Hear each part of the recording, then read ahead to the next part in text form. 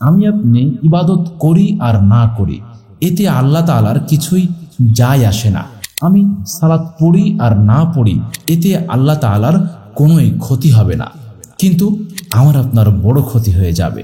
সালাত পড়ব, সিয়াম পালন করব, কিন্তু কখনোই মনের মধ্যে অহংকার আনব না। আত্মাহারিক টিভি, ওহির আলোয় উদ্ভাসিত জীবনের জন্য। আসসালামু আলাইকুম। আমরা বিভিন্ন রকম অহংকারের কথা শুনেছি, কিন্তু আমরা কি ইবাদতের ক্ষেত্রে অহংকারের কথাটি ভেবেছি? হতে পারে আমার আপনার মধ্যেও এই জিনিসটি লুকিয়ে আছে। আমরা সালাত পড়ি, সিয়াম পালন করি, হজ পালন করি, কেউ বা রাত্রি জেগে তাহাজ্জুদের সালাত আদায় করি, কেউ বা মাসিক সাপ্তাহিক সিয়ামগুলো পালন করি।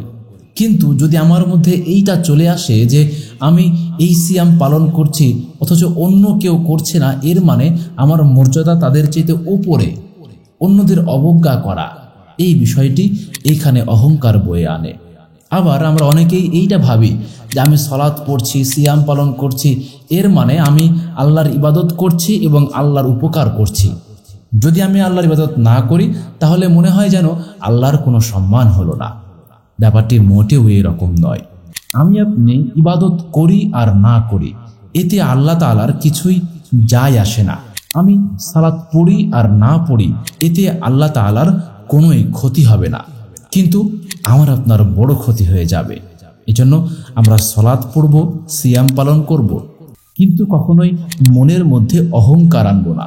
কখনোই এমনটা ভাববো না যে আমি আল্লাহ তাআলার বড় উপকার করে দিলাম মানুষকে দান করে, সালাত পড়ে, সিয়াম পালন করে। বরং আমি এই কাজগুলো করব আমার উন্নয়নের জন্য। আমি এই কাজগুলো করব আমার পরকালীন মুক্তির আশায়, ইহকালে শান্তির আশায়।